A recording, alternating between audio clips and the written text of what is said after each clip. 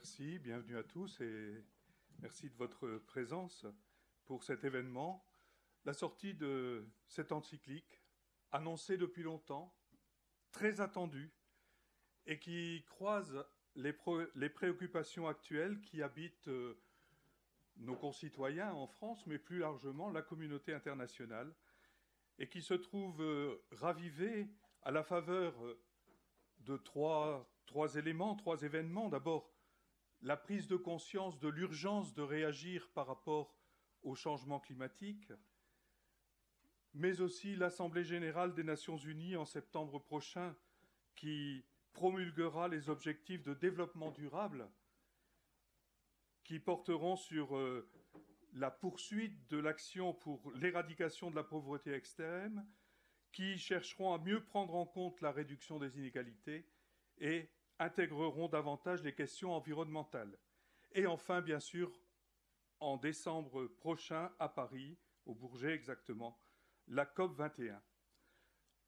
Le texte qui sort aujourd'hui de la part du pape François porte plus loin qu'une seule exhortation confessionnelle. Elle se veut une parole forte, adressée à l'humanité tout autant qu'à l'Église. Et mon intervention portera sur ce double enjeu du message du pape François, l'enjeu universel et l'enjeu ecclésial. L'enjeu universel de cette encyclique. Il insiste très fort pour dire qu'il s'adresse à tous les hommes. Il le précise dès le début de cette encyclique. Face à la détérioration globale de l'environnement, je voudrais m'adresser à chaque personne qui habite cette planète. Cette volonté d'un message à portée universelle n'est pas une première. On peut constater dans l'histoire des encycliques que chaque fois qu'une encyclique touche à un problème crucial pour l'humanité, les papes ont toujours souhaité dépasser la seule limite de la communauté des fidèles pour universaliser le cercle de leurs auditeurs. Ce fut ce qu'on considère comme l'acte de naissance de la pensée sociale de l'Église, Rerum Novarum, au moment, fin du XIXe siècle, au moment où émerge une classe sociale apparue avec la révolution industrielle. Ce fut le cas aussi, par exemple, pour Pacem in Terris, du pape Jean XXIII, qui est adressé, cette encyclique, aux fidèles de l'univers ainsi qu'à tous les hommes de bonne volonté, au moment de sortir de 2 conflits mondiaux. On dit que c'est le premier document magistériel qui prend en compte la mondialisation et qui, à partir de l'observation des signes des temps positifs dans le monde, cherche à ouvrir des chemins qui permettent à cette humanité d'avancer vers la paix. Ce fut le cas aussi de Populorum Progressio, de Paul VI, sur la question du développement des peuples, décolonisation, développement des peuples. Et le pape Benoît XVI le fera aussi dans Caritas in Veritate, qui reprend pour une large part les enseignements de Populorum Progressio, et il cherche à les actualiser.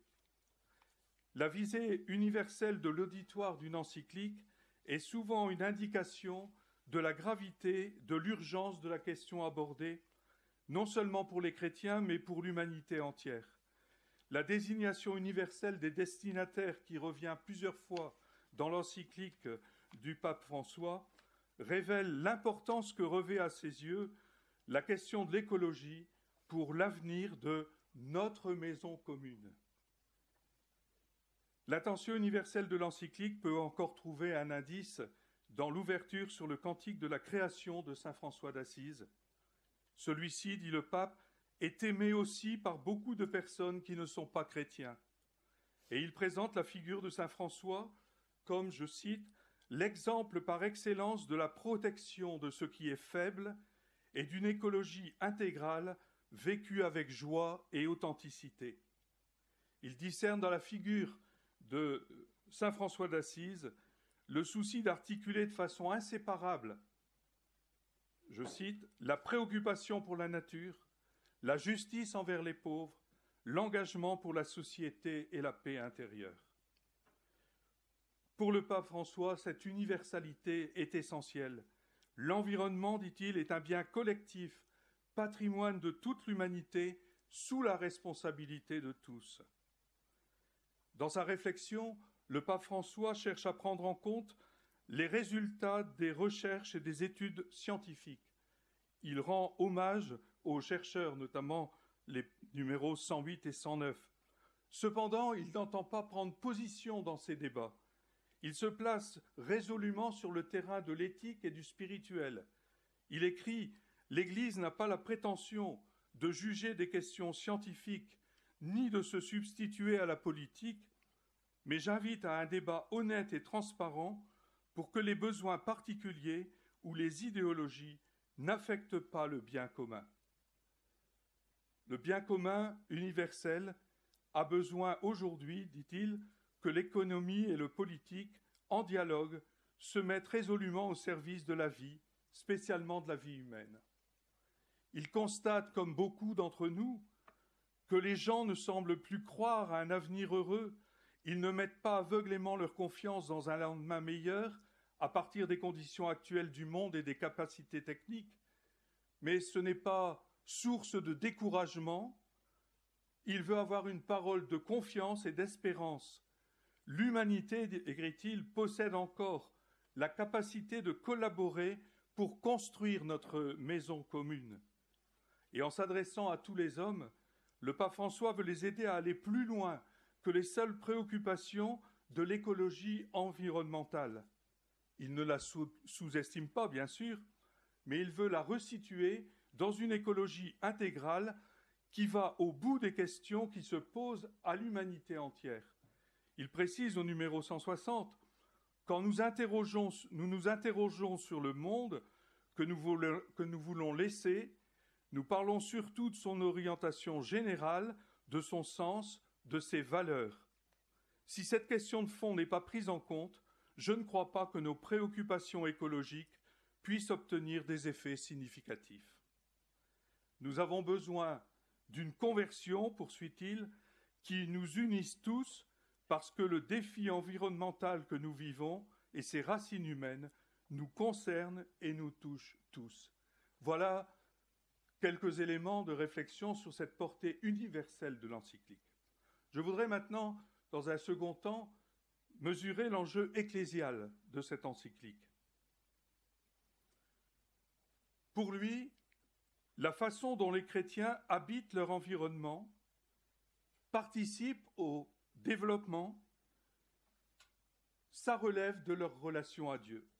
Ça constitue leur réponse à ce Dieu qui leur confie le soin de sa création, qui est appelé à devenir la maison commune de l'humanité. Les chrétiens, dit-il, notamment, savent que leur devoir à l'intérieur de la création et leur devoir à l'égard de la nature et du Créateur font partie intégrante de leur foi. Le pape avait déjà insisté pour que la foi ne soit pas cantonnée dans l'intime. On pourrait citer des passages d'Evangelii Gaudium. Je me permets d'en citer un dans le paragraphe numéro 182. La conversion chrétienne exige de reconsidérer spécialement tout ce qui concerne l'ordre social et la réalisation du bien commun. En conséquence, personne ne peut exiger de nous que nous reléguions la religion dans la secrète intimité des personnes, sans aucune influence sur la vie sociale et nationale, sans se préoccuper de la santé des institutions de la société civile, sans s'exprimer sur les événements qui intéressent les citoyens. On sent que dans cette encyclique, le pape ne se contente pas de mettre une petite touche verte à son enseignement magistériel.